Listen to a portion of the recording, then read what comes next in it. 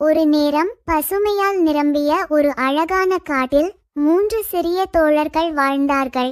காலன் என்ற குதூகலமான குட்டி யானை, நேத்ரி என்ற புத்திசாலி நரி மற்றும் சிந்து என்ற மென்மையான கடல் பாம்பு.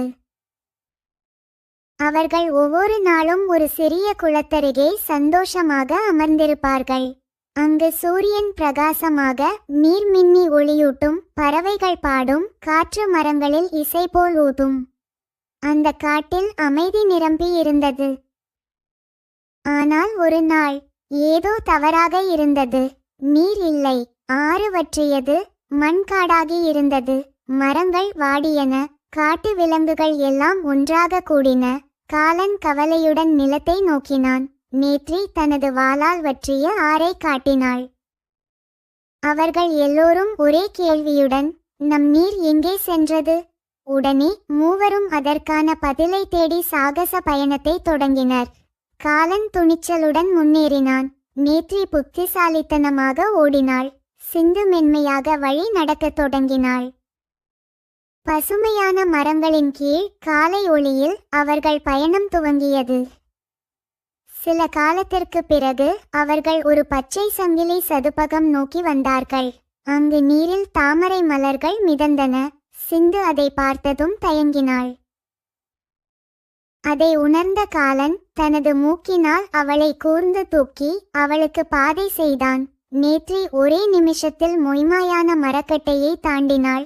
அவர்கள் முன்னே சென்று கொண்டிருந்தனர்.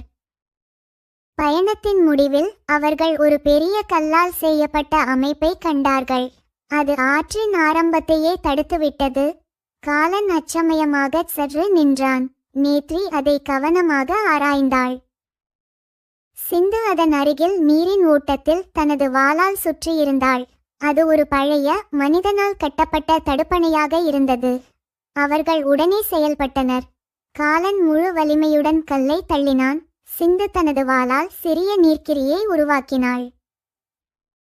நேத்ரி தன்னுடைய வாளை நுட்பமாக காட்டி வழிநடத்தினாள். மூவரும் ஒருங்கிணைந்து மிகுந்த உழைப்புடன் பணிபுரிந்தனர். அந்த நேரத்தில் சலசல வென்ற ஆறு மீண்டும் ஓடத் தொடங்கியது. நீர் ஆறு மீண்டும் காட்டில் ஒலித்தது. பறவைகள் பாடின, தவளைகள் குதித்தன, செடிகள் மலர்ந்தன. காலன் தன் மூக்கில் தண்ணீரை தூக்கி விளையாடினான். நேத்ரி பெருமையாக சிரித்தாள்.